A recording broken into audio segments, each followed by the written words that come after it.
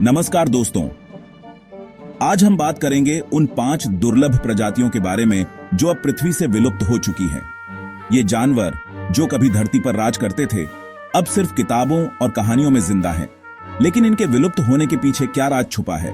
क्या ये सिर्फ कुदरत का कहर था या फिर इंसानों की लापरवाही? तो चलिए शुरू करते हैं। सबसे पहले चलते हैं मॉरिशस के घने जंगलों में, जहां कभी रहता था डोडो पक्षी। डोडो एक ऐसा पंछी जो उड़ा नहीं सकता था।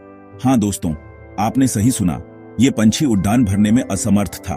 16वीं सदी में जब इंसानों ने मॉरिशस में कदम रखा तो डोडो की शांत दुनिया तहस नहस हो गई। इंसानों ने न सिर्फ डोडो के आवाज को नष्ट किया, बल्कि उनके अंडों को भी अपना भोजन बना लिया। और देखते ही देखते एक समय ऐसा आया जब डोडो पक्षी धरती से हमेशा के लिए विलुप्त हो गया। डोडो की कहानी हमें एक सबक देती है, प्रकृति के साथ छेड़छाड़ आज के भयानक परिणाम हो सकते हैं। अब चलते हैं ऑस्ट्रेलिया के सुदूर द्वीप तस्मानिया। यहां कभी घूमता था एक शिकारी जिसके पास बाघ जैसी धारियां और कुत्ते जैसी वफादारी थी। तस्मानियाई बाघ। 19वीं सदी में जब यूरोपीय लोगों ने तस्मानिया में कदम रखा तो तस्मानियाई बाघ की संख्या में भारी गिरावट आई। किसानों ने अपने पालतू जानवरों की रक्षा के लिए तस्मानियाई बाघ को मारना शुरू कर दिया और देखते ही देखते ये प्रजाति विलुप्त होने के कगार पर पहुंच गई। आखिरी तस्मानियाई बाघ की मौत 1936 में एक चिड़ियाघर में हुई। तस्मानियाई बाघ का विलुप्त होना हमें याद दिलाता है कि जीव जंतुओं के संरक्षण के लिए समय रहते कदम उठाना कितना जरूरी है। दोस्तों, क्या आप कल्पना कर सकते हैं एक ऐसे आसमान की जिसे अरबों पंछी अपनी उड़ान से भर देते हों? उत्तरी अमेरिका के आसमान में पैसेंजर पिजन अपनी विशाल टोलियों के साथ उड़ान भरते थे। पैसेंजर पिजन, जो दिखने में कबूतर जैसे थे, कभी उत्तरी अमेरिका के सबसे ज्यादा पाए जाने वाले पंछियों में से एक थे। लेकिन 19वीं सदी में इंसानों ने इनका बेरहमी से शिकार करना शुरू कर दिया। पैसेंजर पिजन का मांस बहुत सस्ता होता था और उनके पर का इस्तेमाल गद्दों और टोपियों को भरने के लिए किया जाता था। देखते ही देखते जो प्रजाति कभी अरबों की संख्या में थी, वो विलुप्त होने के कगार पर पहुंच गई। 1914 में आखिरी पैसेंजर पिजन की मौत एक चिड़ियाघर में हुई। पैसेंजर पिजन का विलुप्त होना हमें बताता है कि किसी भी प्रजाति का अत्यधिक शोषण उसके लिए कितना घातक हो सकता है। दोस्तों, अब हम चलते हैं उत्तरी अटलांटिक के ठंडे पानी में, जहां कभी पाया जाता था एक बढ़ा और अनोखा पंछी, ग्रेट ऑंक। ग्रेट ऑंक उड़ान तो नहीं सकता था, लेकिन ये एक शानदार तैराक था।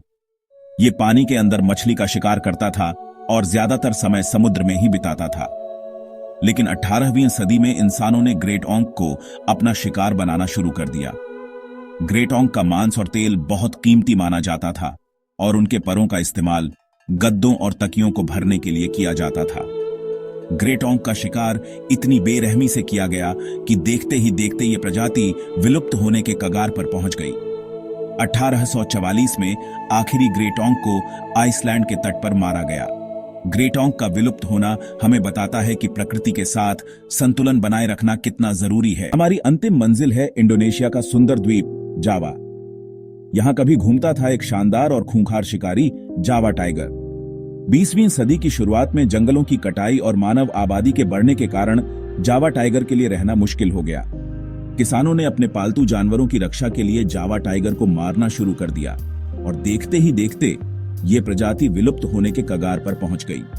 1970 के दशक के बाद से जावा टाइगर को फिर कभी नहीं देखा गया और 1990 के दशक में इसे आधिकारिक रूप से विलुप्त घोषित कर दिया गया। जावा टाइगर का विलुप्त होना हमें याद दिलाता है कि वन्य जीव संरक्षण के लिए जागरूकता और ठोस कदम उठाना कितना जरूरी है। दोस्तों, ये थी कुछ कहानियां उन जानवरों की जो अब इस दुनिया में नहीं रहे। इन कहानियों से हमें ये सीख मिलती है कि हमें प्रकृति का सम्मान करना चाहिए और उसके साथ सामंजस्य बिठाकर रहना चाहिए। अगर हम ऐसा नहीं करेंगे तो हो सकता है कि आने वाले समय में और भी कई प्रजातियां धरती से विलुप्त हो जाएं। तो चलिए हम सब मिलकर प्रण लेते हैं कि हम अपने ग्रह और यहां रहने वाले सभी जीव जंतुओं की रक्षा करेंगे। दोस्तों, अगर आपको यह वीडियो पसंद आया हो तो कृपया लाइक और सब्सक्राइब करना न भूलें। अपने दोस्तों के साथ शेयर करें और कमेंट में बताएं कि आपको यह वीडियो कैसा लगा। धन्यवाद।